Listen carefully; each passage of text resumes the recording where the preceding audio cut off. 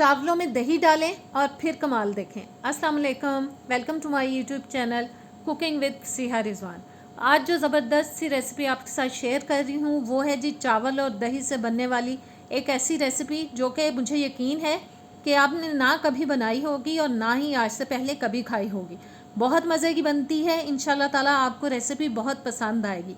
एक बार इसको बनाकर खा लेंगे ना तो मुझे यकीन है कि आप इसको बार बार बना के खाना चाहेंगे। तो आइए बिस्मिल्लाह करते हैं, बना लेते हैं ये मज़ेदार सी रेसिपी। सबसे पहले जी 1 कप मैंने ले लिए हैं चावल। इनको हमें 2 से 3 पानी अच्छी तरह से वॉश कर लेना है। वॉश करने के बाद इनको हम भिगो देंगे तकरीबन आधे घंटे के लिए।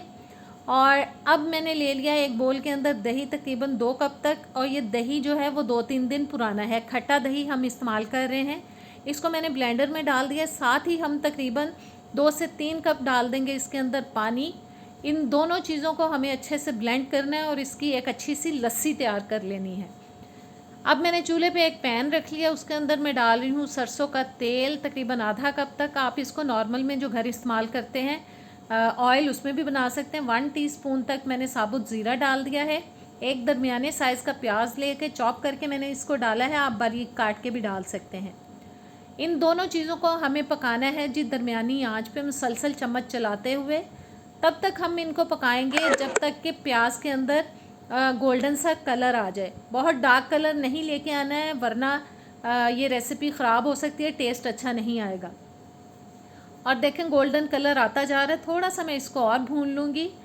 प्याज गोल्डन हो चुका है। अब डाल देंगे हम इसके अंदर तकरीबन 2 टेबलस्पून तक अदरक और लहसुन का पेस्ट। साथ ही डाल देंगे हम 3 से 4 बारीक कटी हुई या चॉप की हुई हरी मिर्चें। इनको भी हमें भूनना है जब तक कि अदरक और लहसुन के पेस्ट के अंदर भी गोल्डन सा कलर आ जाए। मुसलसल चम्मच चलाते हुए मैं पका रही हूँ ताकि चीज़ें जले ना, और अच्छी तरह से हमें भून लेना है। इससे अदरक लहसुन की स्मेल जो है वो भी ख़त्म हो जाएगी। अच्छे से भून लेने के बाद अब मसाले डालेंगे। 1 टेबलस्पून तक मैं डाल रही हूँ जी सूखा धनिया पाउडर। अब जाएगा इसके अंदर नमक हस्बे ज़ायका, अपने घर के टेस्ट के हिसाब से मैंने डाल दिया है। 1 टीस्पून में डाल रही हूँ इसके अंदर हल्दी पाउडर, और तकरीबन 2 टीस्पून तक मैंने लाल मिर्च का पाउडर ले लिया है, वो डाल दिया है। मसालों की अब हमें ज़बरदस्त सी भुनाई करनी है तकरीबन 3 से 4 मिनट के लिए। पानी का छींटा लगा लगा के हम इसको भूनेंगे ताकि मसाले जले नहीं। 2 से 3 दफ़ा हम पानी का छींटा लगाएंगे और मीडियम टू लो फ्लेम पे हम मुसलसल चम्मच चलाते हुए मसालों की अच्छी सी भुनाई करेंगे। बहुत तेज़ आंच पे नहीं पकाना है, वरना मसाला जल सकता है और टेस्ट ख़राब हो सकता है। और देखें 2 से 3 बार मैंने पानी का तकरीबन छींटा लगाया है इसको, और अच्छी तरह से मैंने मसालों की भुनाई कर ली है। अब डाल देंगे हम चावल, जिसको तकरीबन हमने आधा घंटा पहले भिगो के रख दिया था। बस बोल में से हमें सारे के सारे अच्छी तरह से चावल निकाल लेने हैं। और चावल डाल देने के बाद हम इनको भी मसाले के साथ अच्छी तरह से हिला देंगे, अच्छी तरह से मसाले के साथ मिक्स कर देंगे। चावलों को मसाले के साथ मिक्स कर देने के बाद अब डाल देंगे हम इसके अंदर लस्सी, जो कि हमने दही और पानी डाल के ब्लेंडर के अंदर अच्छे से ब्लेंड की थी। और मुसलसल चम्मच चलाते हुए दरमियानी आंच पे अब मैं इसको पकाऊंगी जब तक कि इसके अंदर अच्छा सा बॉयल ना आ जाए।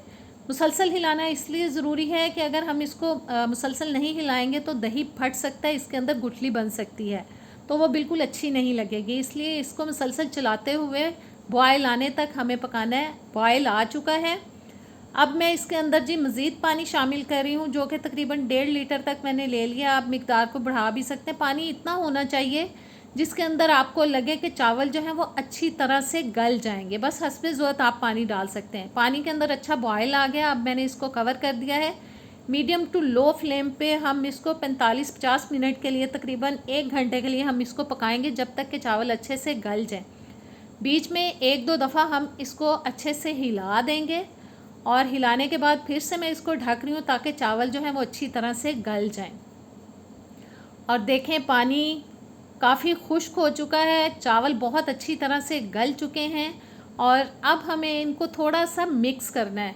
और आपके पास अगर हैंड ब्लेंडर हो तो वो आप इस्तेमाल कर सकते हैं। मेरा ब्लेंडर जो है वो ख़राब हुआ है और इसलिए मैं वो इस्तेमाल नहीं करी। मेरे पास हलीम को घोटने वाला एक टूल पड़ा हुआ था, जिसको हम पंजाबी लोग घोटना कहते हैं। उससे मैंने हल्का हल्का सा इसको मिक्स कर लिया ताकि चावल थोड़े से टूट जाएं।